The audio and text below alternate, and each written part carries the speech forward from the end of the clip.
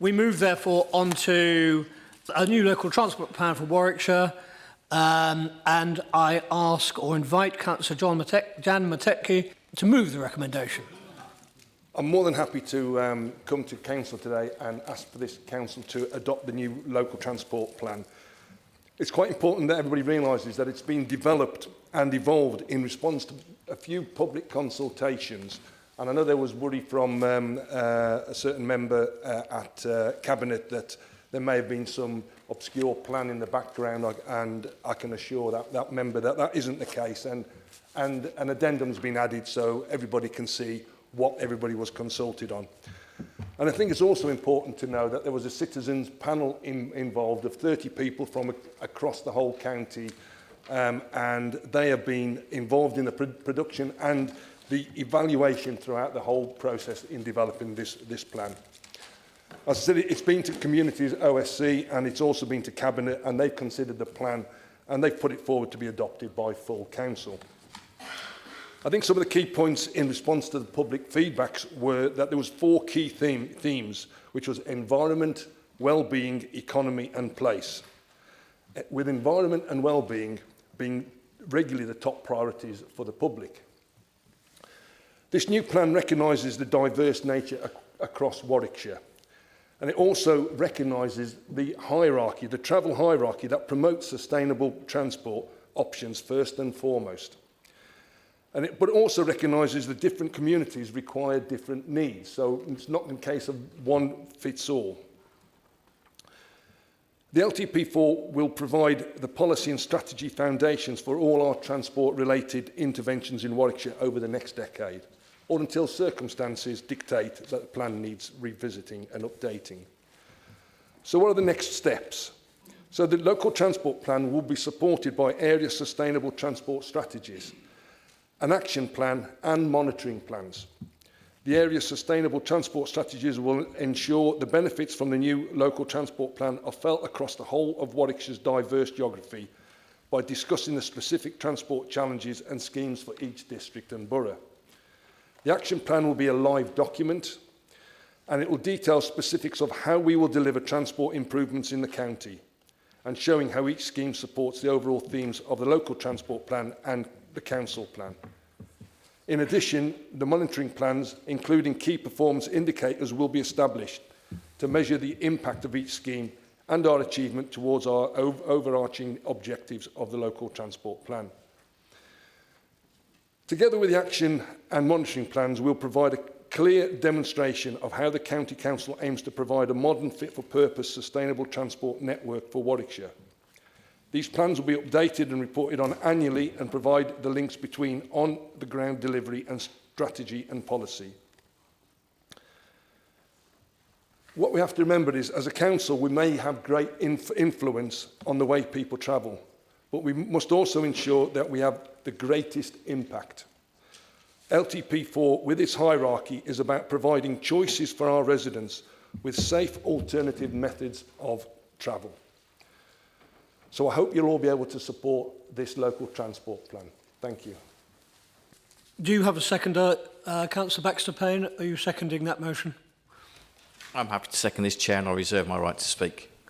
Do we have an amendment? Councillor Chilvers, you have an amendment? Would you like to propose your amendment?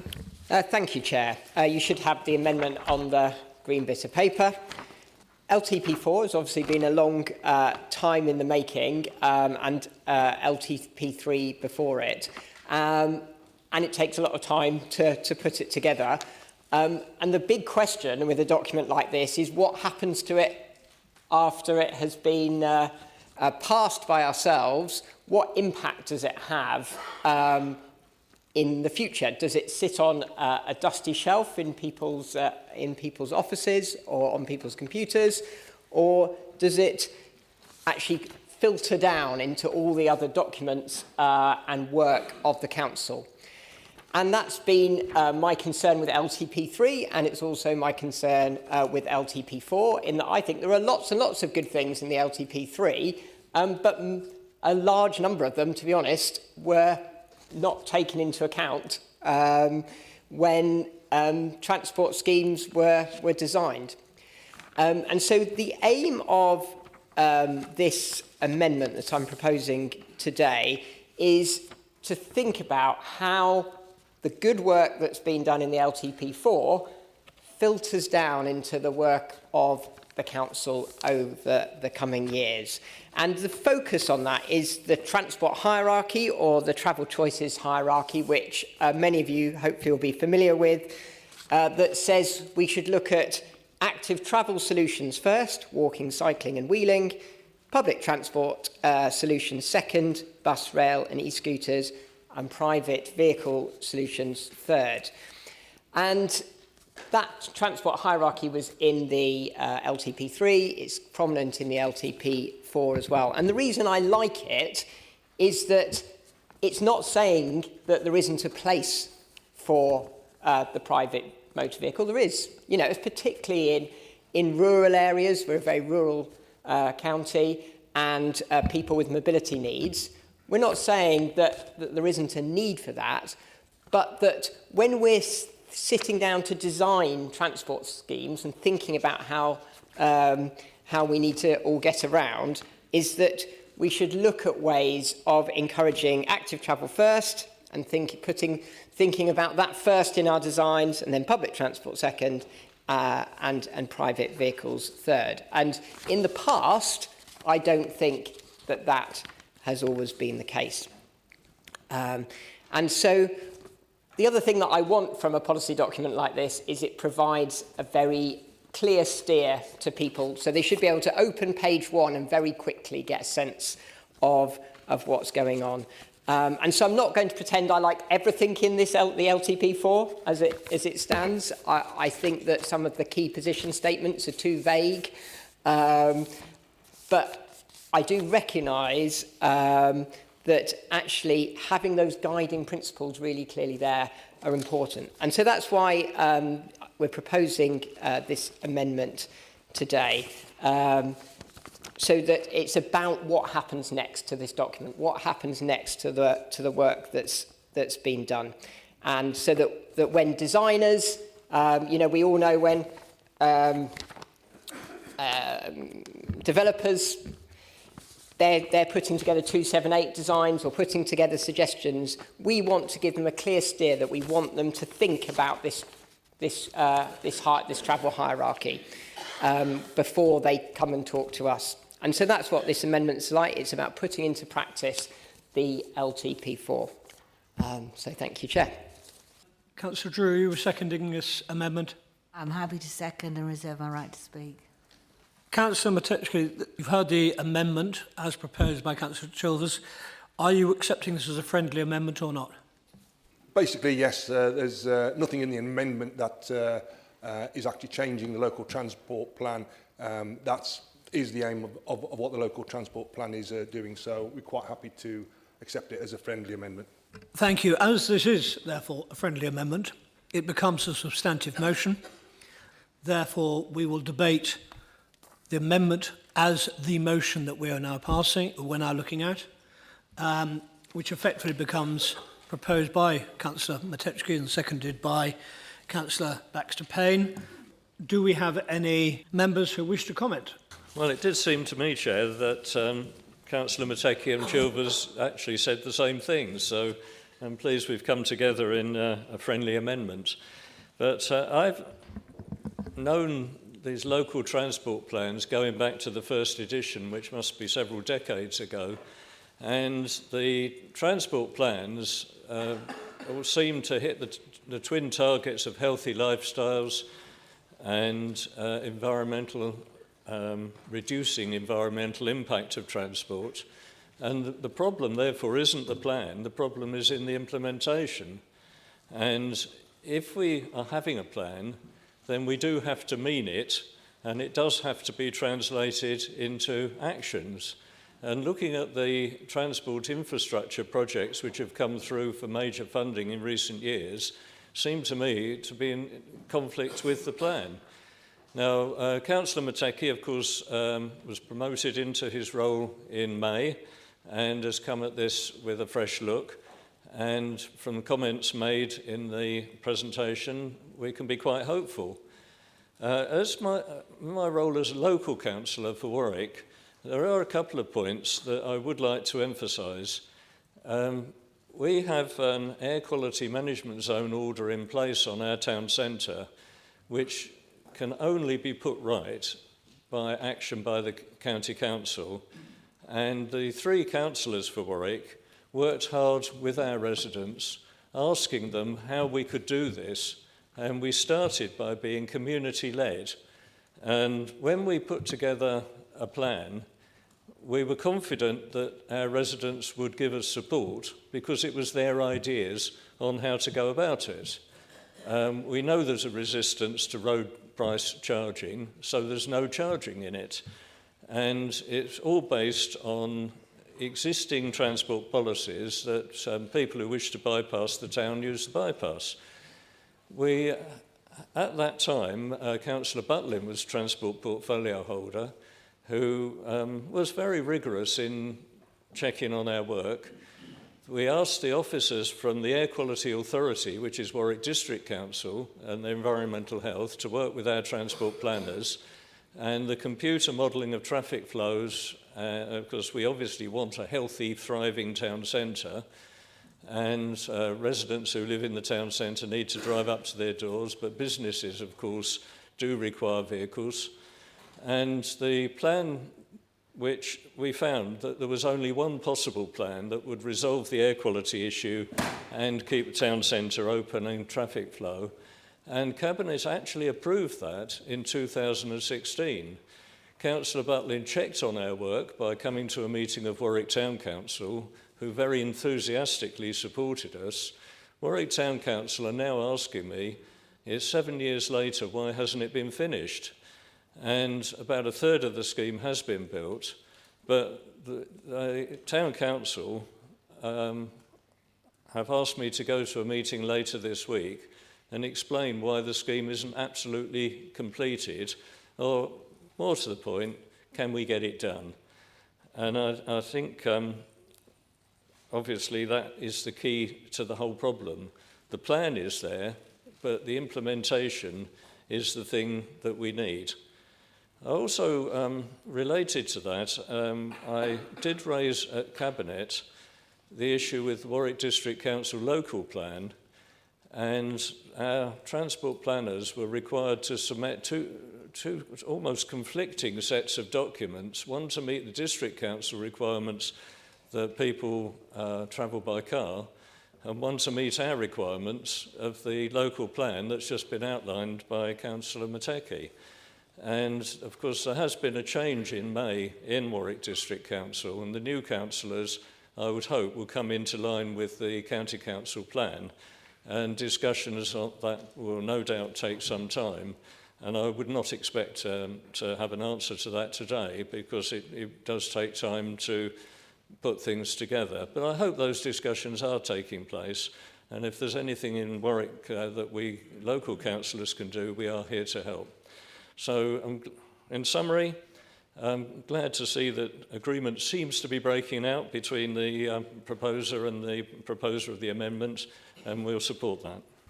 I think this is a fine document. It's attractive, it's easy to read, and it's easy to understand. But it's at such a high level. It has little teeth, guidance and direction to help local communities set their detailed action plans.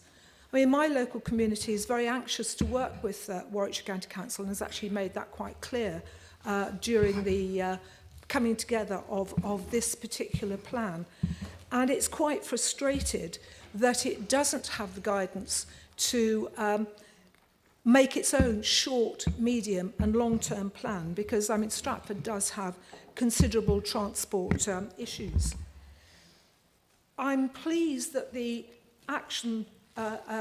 active travel is the first section in this plan, but we must be far more ambitious.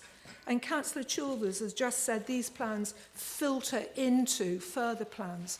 I think time for filtering is actually past. We're in a very difficult situation as far as climate change is concerned. And one of the key ways to reduce local carbon is to actually sort out the way in which we get around what is in fact a difficult county because it's rural and has small urban communities. It is a big problem, but I'm not sure that this document as it stands gives that guidance that we actually need to make things happen in the short term, as well as this filtering down long term. So at the moment, I am not in a position to fully support. Thank you. I'm very interested in the amendment and welcome it, and very glad that we're all agreeing about embedding and demonstrating the application, and to Councillor Holland's point about implementation. I wondered if there were any reflections on the proposed ticket office closures squaring away with some of the main issues in this document that Warwickshire communities want us to tackle, and are highlighted in the plan, including at page 9, such as well-being and the place themes, including access to active travel choices, accessibility, travelling safely and securely, and social exclusion and isolation. Thank you.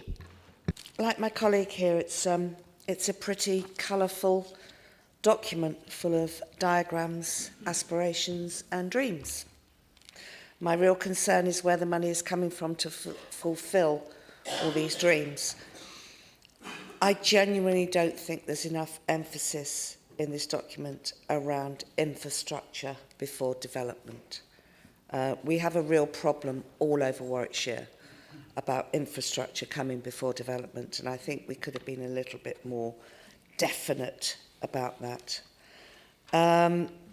I think this could have been a meatier document, should have had a bit more detail, and therefore I'm not supporting it in its current form. Thank you. Thank you, Chair. I've got a couple of comments to make. I noticed we have a comment in there about managing space, and speaking as somebody with the town centre division, we really do have a problem with managing space, particularly around parking spaces. And I think, you know, we talk about making sure that, you know, we decarbonise. There's a comment in there about low emission zones. Well, they're very much likely going to be in those places we have problems managing space, likely to be in those parts of the county where people are living in deprivation. And we need to ensure that residents are supported if we're going to make these changes, because what we can't do is disenfranchise a whole body of people who live in this county and stop them being able to travel because we're putting punitive measures upon them. We have to make sure that they are supported and brought along on the journey. And that's not just putting in some electronic charging points in terraced areas. It's going to have to be really well thought out and getting people to move along with us, because otherwise we're doing two people and not bringing people with us. One thing that's not in the plan, but something that I am very keen on, is average speed cameras. And I think that will help with some of the issues we have on our roads in the county. Certainly, Councillor Simpson-Vince and I share a part of a very long road that goes through Rugby, and both of us get lots of comments about, you know, speed and traffic along that road. I'm not even going to go into the speed limit question today. That's a longer discussion for a much different time. But I think average speed cameras and the use of those across the county would be really welcomed by a lot of residents. Thank you. We call it a local transport plan. I think it's more of a local transport strategy. And picking up on Councillor Chilver's words, strategies need not just to be words, but they need to be useful documents. Strategies also need to have flexibility built into them that allows for change as the world evolves over time, and I do think this document does that. They also need to have balance, and the balance we need to draw here with this strategy is between, as it says in 1.5, the environment, well-being, economy and place. And I would just draw colleagues' attention to 1.10, 1.11 and 1.12 that talks about the key themes that have emerged from communities as part of the consultation process that has been undertaken. And just reading briefly, if I may, from it, 1.11 says, taking this feedback into account, it is the intention to provide more detail on individual transport interventions in the form of annual action plans and monitoring plans, which will flow down from LTP4 and provide the link from strategy and policy into action on the ground. And so it's my expectation that with the commitment to make that link, this will be a useful strategy and we will be able to have effective implementation plans. Thank you. leading on from the comments about consultation, the numbers of the consultees are actually enclosed in the document. And if I've read this right, there was a grand total of 305 people responded to this consultation. Now, out of a population of nearly 500,000, I think that is appallingly low. And there was 22 people from Nuneaton and Bedworth responded. That's absolutely nowhere near enough to be basing anything in relation to an ongoing strategy or a serious meaty plan like this at all. Because I don't think we are actually covering all the bases on this. More people responded to the consultation for the Bermuda Bridge than they did to this. And more people responded, don't do the Bermuda Bridge, than they did to respond to the whole of this consultation. And we went ahead and did it anyway. So I suspect that's probably why we're not getting many responses from people, particularly in my patch, because they just get ignored. So there is a level of apathy when it comes to doing things like this. And when we talk about policies, so looking at policy positions on F6, we talk about the A5 partnership and the A5. The A5 is one of the major pieces of highway, certainly from the north of the county, and it barely gets a passing mention.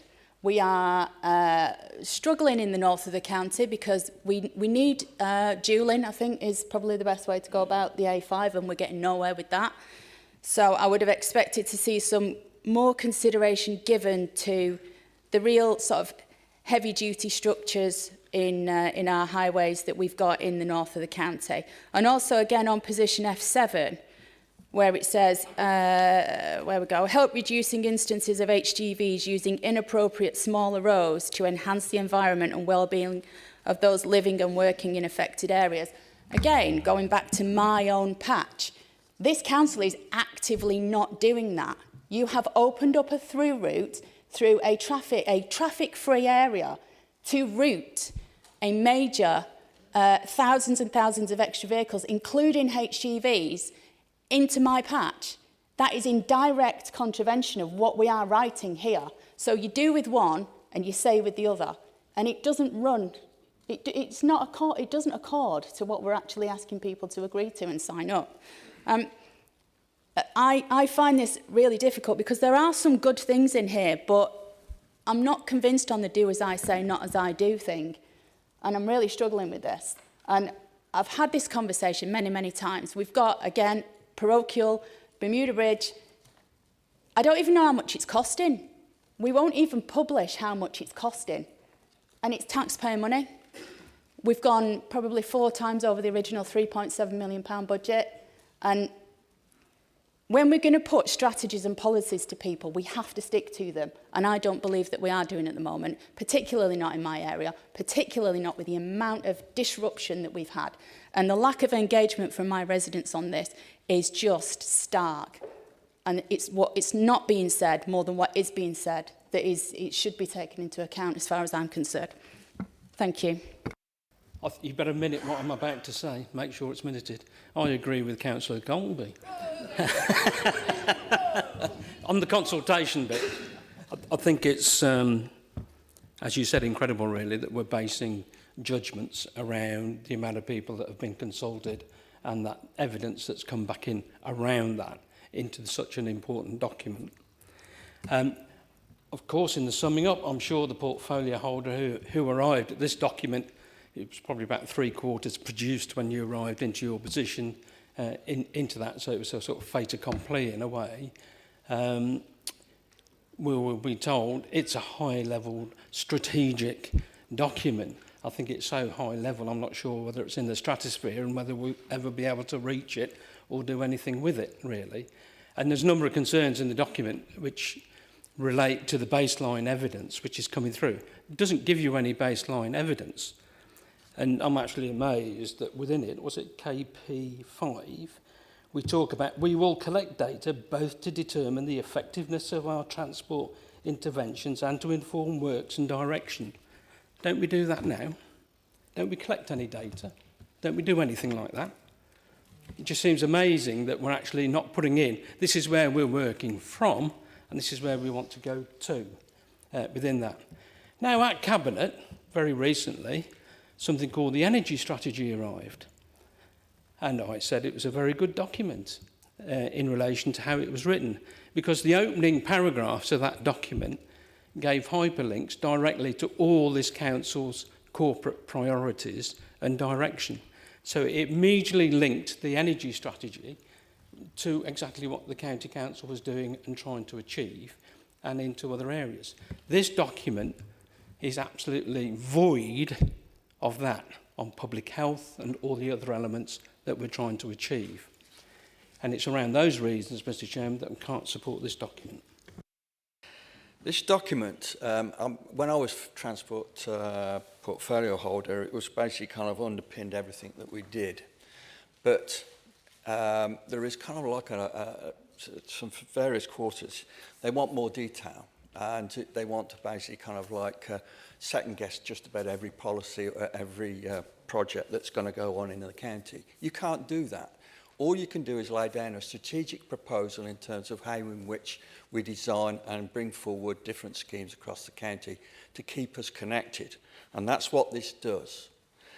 In terms of the, I agree with Sarah Feeney, we do not need punitive measures in terms of what we impose upon people. I found out, as Councillor Holland pointed out when I was portfolio holder for that one, you need to bring people with you. And you need to kind of deal with the communities when you do these schemes to bring them forward and basically kind of get buy-in, as I call it. And I managed to achieve that on several occasions. And this document will allow the new portfolio holder to actually kind of take that forward, and all our officers to do the same as well. It's a strategic document in which we hang our hat on. It also takes into account new government legislation in terms of what their priorities are, and we have to weave that into our policies because it's government policy. And that's the reason why you've got things like cycle routes, walking routes, sustainable developments, etc., all weaved into this document. But we still have to take into account we have an economy in Warwickshire to run, and the economy of Warwickshire depends on good connectivity, on whatever form it takes. And there is no getting away from the fact, especially those in rural communities, they have little choice in terms of what those sources of getting around are. And the source of their economy, the source of their income is basically being able to get from A to B, from getting to work, get to a place of education. Again, this strategic policy achieves that for us. It has to be flexible, as Councillor Sinclair has pointed out. In terms of basically relating to the communities, again, we have the citizens panel, and everything is put back through to the citizens panel in terms of where we want to go and getting that kind of community view. But also, when we do those local schemes, we engage with those locals as well. But don't forget, the route to all basic kind of prosperity in the county is, one, a job and the ability to get to that job, and also anything we produce, getting it away and getting it in. And it may take several forms. It may take trains. I'm a very kind of keen advocate of trains and basically kind of moving an awful lot of freight on the trains. I think the east-west strategy across this country is appalling because there's too much emphasis on north-south, and which comes to Sarah Bode's comments about HS2. But we are now making use in the Greenway, or what the thing that we brought forward earlier, in terms of that route with Sustrans. We're using an old railway line, which was put in the kind of the in the 19th century. I don't know what HS2 is going to be like in 2 years' time, but it might well be another Greenway. So this is kind of like, it's a strategy for where we are now. And I'm very keen to basically have something that's flexible, adaptable, and also plays into those priorities we want across the county and the people being able to get to work. Those in the cities and the major towns, then we kind of basically apply things like walking and cycling, etc., because that's what people want. But when you get into the rural communities and where they've basically got very little choice and they've got large distances to cover, we've still got to maintain their ability to get to work. We might have to kind of put more money into kind of bus routes on those places, or in some cases may even, if they've got the kind of beauty of a train nearby or a train station, getting better links into those train stations. Again, this strategy achieves that, and it's flexible. And that's why I kind of encourage you to approve this proposal. I wanted to talk particularly about the section on public transport network for the future. I would agree with the comments of some of my colleagues. This is full of all sorts of very, very fine words that nobody could disagree with. But where's the substance? Where's the money? Where's the doing? You know, I'll just briefly mention cycleways before I start on buses. K2L, a long-term objective of this council and of many of us, is going to take years to put in. And so an initiative that could remove hundreds, thousands of cars probably from the road over the period of a week is going to be unusable for many years to come. And that is a major issue. It's great to put the words in here, but actually it doesn't mean anything. I mean, the public transport network for the future, WCC role in supporting the bus network and all our various policy statements on page 85, 86, 87. Working with partner agencies to improve public transport. We've just been given over £2 million BSIP money, because people may remember BSIP Bus Service Improvement Plan, which I spoke about a couple of years ago, and we got set up a working group, and that working group meets faithfully every 3 weeks and has done for literally years, and it's a wonderful group, we try and achieve stuff. Officers came up with a plan to buy some more minibuses so we could replicate some of the Indigo work, which is incredibly successful west of Warwick, south of Kenilworth. And what happens? Stagecoach object. And the officers had to go away, because I understand Stagecoach have a statutory right to object. So we have a rubbish bus service in many parts of the county. The county tried to do something about it and is probably struggling because of an objection. And as I understand it, the money was given to the county council by the BSIP, and at the same time the government took away the subsidies they were paying to the bus companies to help them with the COVID issues. Where I live in North Leamington, most of Lillington there's a bit in the middle that has a 20-minute service. The rest of us have a 1-hourly service. I used to have a 15-minute service going both ways past my house. It's now 1 hour and it goes one way. And if that bus doesn't turn up, which often it doesn't, it'll be 2 hours or 3 hours. I have many residents with bus passes. They should be the absolute target market to be using those bus passes. They don't use them. Do you know why? Because they can't rely that the bus will bring them back. And so given the choice between going in the car or going on the bus, they go in the car. And you have to give people really strong reasons to use the bus. And at the moment, the fear of the bus not turning up means they don't actually use it.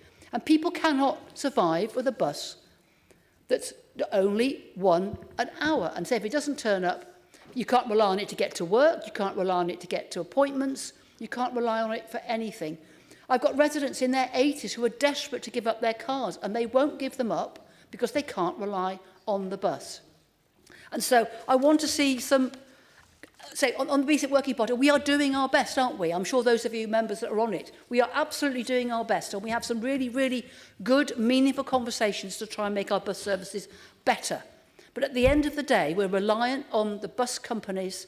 We have a situation, certainly in Leamington, where we have one bus company that is dominant, and they have the monopoly, and that is not a good place to be. So I will be joining my colleagues in not supporting this, because it's very fine words, but there's no action and there's no sign of action. I just want to mention briefly the station ticket closures at Leamington Station. I have got a question about this later on, but I'm delighted to hear it mentioned. Leamington Town Council moved a motion at my suggestion last week opposing these changes. They will not encourage people to go. I suspect it's another reason that people will just say, you know what, I'm not on the internet, I haven't got a smartphone, I haven't got the app. I used to speak to that really friendly person at Leamington Station who would help me buy my ticket. And now I'm expected to turn up hours early to find a machine that I don't know how to work. I may not even have a credit card or a bank card. And A person's going to help me get my ticket. Do you know what? Actually, I'm going to Coventry or Birmingham or Stratford. You know what? I'll just go in the car because it's easier. And this whole digital divide, you are once again public bodies discriminating against people who do not have access to the internet, who don't have one of these at their fingertips, or a computer, or whatever. I did a disabled blue badge application for somebody the other day. I printed the form off in my house and took it round and filled it in for her. Because she isn't on the internet, she doesn't have a laptop or a printer.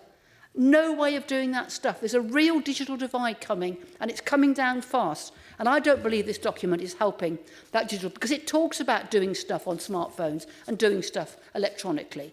Where is the help and support for our many residents who can't actually do any of those things? I understand that, for example, new parking machines will have access for people to use cash in some machines in Leamington, I guess in other towns as well, because otherwise you are just excluding people, and they will not come into the town centre, they'll go to a shopping park or they'll go somewhere else, and they will drive because they can't do it on the bus easily, they can't do it by train easily, and so the car will become even more of the king or queen that it is now. And until this document recognises some of those issues, I'm afraid I can't support it. Well, it's interesting to listen to the debate on this one. Everybody's got an opinion, and they've got their own opinion as to what should be happening in their own area or should be happening in other people's areas. I was part of the process of this insofar as I was a cabinet member at some point when this document was travelling through. I've also been chair of the Overview and Scrutiny Committee at the present time that looked at this, and I've also had feedback into the proposals that are before us. It is a strategic document. It looks to see how we move forward as a county to benefit and to ensure that our residents get the services that they need. And unfortunately, some of the services that they need, we've heard that are diminishing insofar as less people are using the buses. How do you address that? Get the people back onto the buses? Yes, that would be nice. But if people are not using the buses, the companies are not going to put the buses on. Trains. In proposals to get trains moving better through the county. 17 out of 22 services from Nuneaton to Leamington were failed recently. How do we, as you say, get people back on to use those services? We've got to ensure that people are using them, but they've got to be there for them to use. That said, comes back to the highways, which is the major one, obviously, that people need to use. And they need to use it, as do businesses, because we have to get businesses working, we have to get goods to and from the consumer, whether that be through town centres or whatever. There has to be opportunity for the delivery of goods, for the people to be able to get into the towns to purchase those goods. I mean, we've heard the diminishment of town centres. We have to be careful that we don't add to that by putting things in local transport plans that are going to impede on those town centres, that are going to stop those town centres developing or growing or at least surviving. What we must do is ensure that what we do, and this document is a strategic one, and it does point out that it's relevant to individual areas, and I would ask both members and officers to be thorough when they look at the individual areas as to what the needs are in those areas. And I think that is essential that they do that, because every district and borough in this county is different to each other. Every one. There's not one in the county that is the same as any other district and borough. And we need to ensure that whatever we do, and this document does give that opportunity, because it identifies and demonstrates that it's down to the local areas to recognise the need, recognise what's required and for them to then put the local things forward. So whilst it's a very overarching document, it's also very encompassing insofar as you can put into it what you need to put into it, I think. But what we do need to put into it is the effort and the individuals for the individual areas. So I can broadly support it, but I do need to see that those those local issues, local needs are met in any areas in the development of these localised plans as we move forward. Thanks, Chair. I have a few issues with this document as well. I'd just first like to echo what my colleagues, Councillor Golby and Woodhouse have said. One of the issues I have with this is the hierarchy system. For me, this puts motorists firmly at the bottom of the pile in terms of priorities for investment and infrastructure going forward. And to come back on something Councillor Butlin said, is that we don't run the economy, we enable it. And the economy is driven forward on the roads. We have to make sure that we're investing into road infrastructure to make it more suitable for motorists. If you come to Nuneaton and Bedsworth, or if you even look down Stocking-Fords, the roads cannot take any more capacity. They are they're annihilated at the moment. And how many of my colleagues around the chamber today have had to wait months and months and months and months to get just the smallest patch of road resurfaced, or a pothole filled, or a patch of pavement cleared. And this brings me on to my next point, is on the page below, which I think is page 12 of the document, on the suitability of different areas for different things.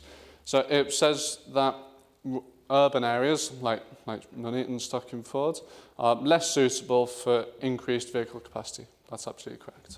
I agree. But at the same time, it says that it's more suitable for infrastructure to do with cycling. And I mean, if you look down the roads in Nuneaton, they can't take any more cyclists. The one cycle route we do have on a road in Weddington, I believe it is, isn't used by anyone. And so to promote cycling in some parts of Nuneaton, it's like promoting rare fillet steak at a vegetarian conference. It does not make sense why we can't look at different areas for what they need. And on page, 18, it mentions private motor vehicles being necessary for long and medium journeys. People need their vehicles to get to and from work. Sometimes they're particularly close because the trains don't work, or it's just too far to walk. I don't drive myself, believe it or not. I'm a passionate champion of the motorist. And when the trains and buses are inadequate, they must drive. They must drive. And brings me back to my point before of the roads not being suitable. We need to be investing in motorists, and we need to be investing in our roads. And just a final very, very quick point I'd like to make is freight is mentioned in the document as well. And I'm sure anyone who's driven down the motorways has seen how many massive lorries and vans there are clogging up the SRN. The only way you can get freight off of the roads is onto the railway. And to get freight, but there's no capacity on the railway. So that means you have to move passengers out of the main railway system. And the only way you can do that is with HS2. I'd just like to bring that to everyone's attention, that by supporting HS2, you're actually supporting bringing freight off the roads. Thank you very much, Mr. Chairman. It's been a very interesting debate. A lot of what I'd like to say has been said already very articulately, and I am going to be repeating something that I said earlier about in relation to the Lias line. Warwickshire has fallen below regional and national statistics for both use of public transport for travel to work and, as I said earlier, our emissions compare negatively too. Another thing I'd like to say is that we are disappointed, as Councillor Holland suggested earlier, that this has taken so long to come to our attention. We need to take the urgent need for change seriously, and again, as has been suggested meaningfully. Residents need to be able to choose actively rather than passively to use a car, as has been said, maybe for longer journeys. However, we all need to stop the car being the first choice by default. And an increase in active travel routes for shorter trips will mean that we experience fewer jams when we do drive, fewer new roads. I know some people won't like that, but fewer new roads being built and fewer emissions. Just reflecting on some things other people have said,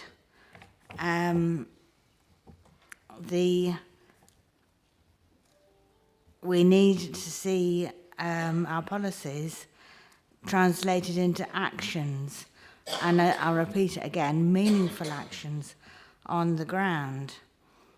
1.11, as Councillor Tim suggested, is to be especially welcomed if strategy can be translated into actions. I'll stop there, but yeah, thank you for the amendment and for the document. Thank you. If there are no more comments to be made, I will go back to the seconder of the amended motion. If you have any comments, Councillor Baxter-Payne, you wish to make. Thank you, Chair. I just want to echo some of the points that have been made in the room today, and also to make a point myself. I think that the comments, as echoed by Councillor Clark, show that we all have a different opinion of how we travel. In our area, we all have a different idea of what is best suited to our area. And this plan, by supporting it, allows us, as members, as districts, as boroughs, as communities, to put forward those ideas.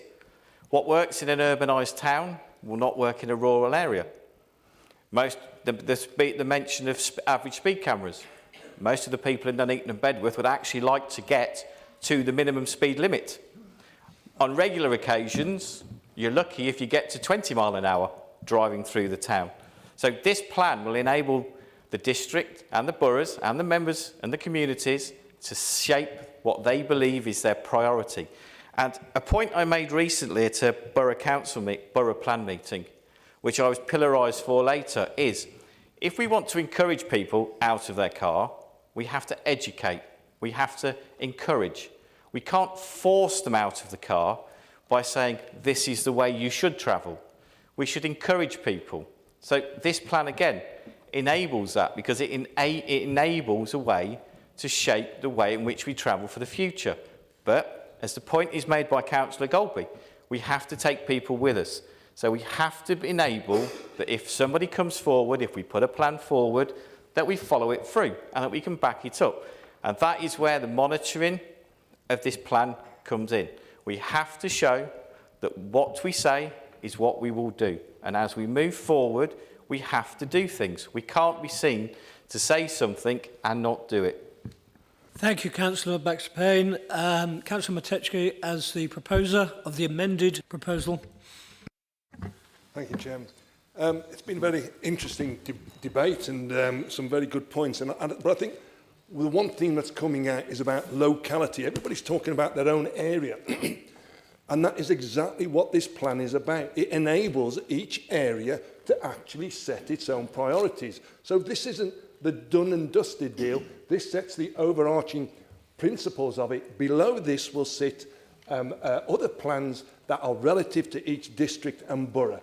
And I know some things have been mentioned about the A5 dualling. Well, I'm sorry, that's not in our control. That's a National Highways road. So you know, that's not for us to actually do that.